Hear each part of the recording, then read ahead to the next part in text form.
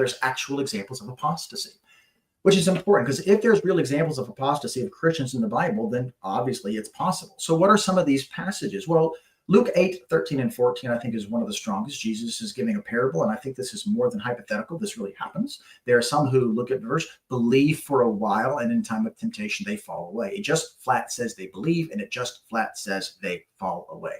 That's Jesus's words, not mine. John chapter 12, it talks about the Pharisees who believed on him, and it says, the text, they believed on him.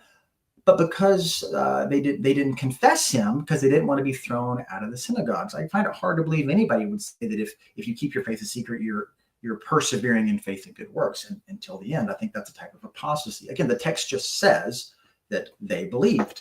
And then very powerfully, 2 Peter 2, talking about believers, if they have escaped corruption of the world. So they've escaped, not might escape, by knowing the Lord Jesus Christ. This isn't a part, they actually know him. So these are saved people.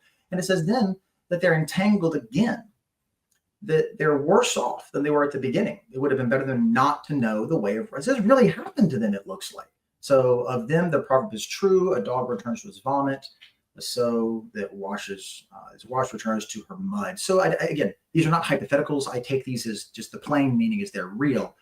And that's the important thing. The Bible gives us examples of apostasy, and the plain reading of the text is that these are real believers. So I think if you deny they're real believers or the apostasy in view, I think I tend to think that that's a theology that's driving that interpretation.